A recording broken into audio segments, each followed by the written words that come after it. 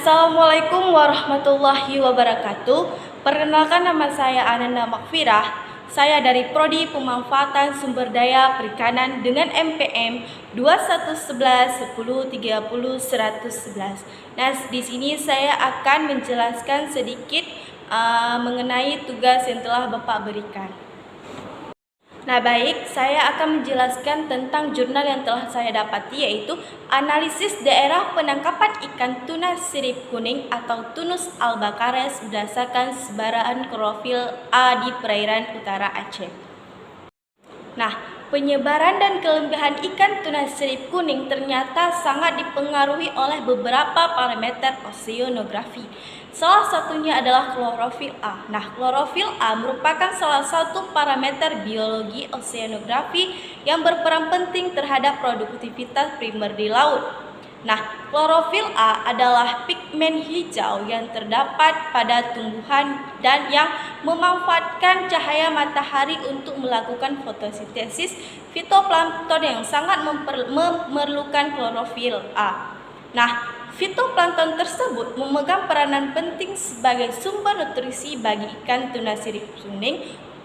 Nah, data produksi ikan tuna sirip kuning yang didapatkan selama penelitian digunakan untuk menghitung nilai CPUE. Nilai CPUE kemudian dibuat dalam bentuk tabel berdasarkan sebaran jumlah CPUE setiap bulan pada daerah penangkapan ikan tuna sirip kuning. Nah, dengan melihat hasil tangkapan yang diketahui fluktuasi, hasil tangkapan berdasarkan waktu dan lokasi ataupun daerah penangkapan ikannya.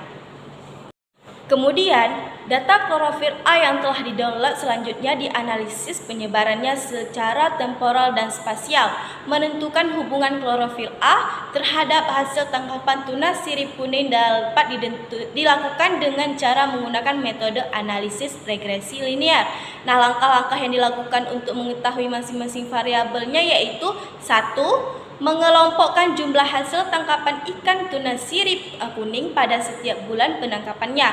2. Mengelompokkan kisaran klorofil setiap bulan penangkapan ikan tuna sirip kuning melalui regresi sederhana untuk mengetahui hubungan klorofilnya terhadap tuna sirip kuning, serta menginterpretasikan hubungan antara klorofil A terhadap produksi ikan tuna sirip kuning tersebut.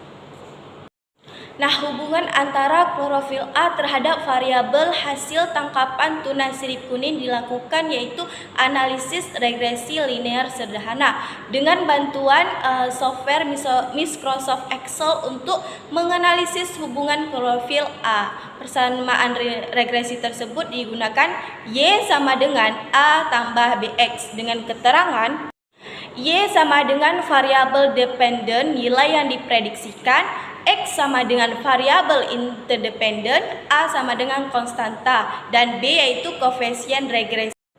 Nah, nilai koefisien korelasi antara klorofil A dengan hasil tangkapan ikan tuna sirip kuning adalah 0,42 yang artinya klorofil A berpengaruh sedang terhadap hasil tangkapan ikan tuna sirip kuning.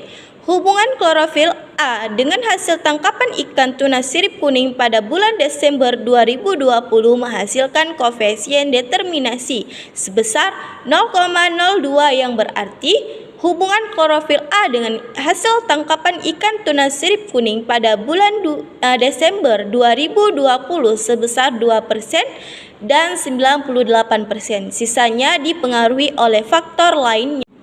Nah, pada gambar ini menjelaskan bahwa nilai koefisien korelasi antara klorofil A dengan hasil tangkapan ikan tuna sirip kuning adalah 0,14 yang artinya klorofil A berpengaruh sangat rendah terhadap hasil tangkapan ikan tuna sirip kuning karena pada bulan Desember sering terjadi hujan.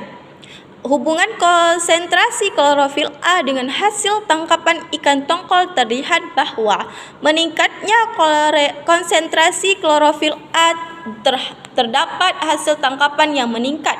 Begitu juga sebaliknya. Sekian video review jurnal yang telah saya paparkan. Lebih dan kurang saya mohon maaf. Wabillahi taufik wal hidayah. Wassalamualaikum warahmatullahi wabarakatuh.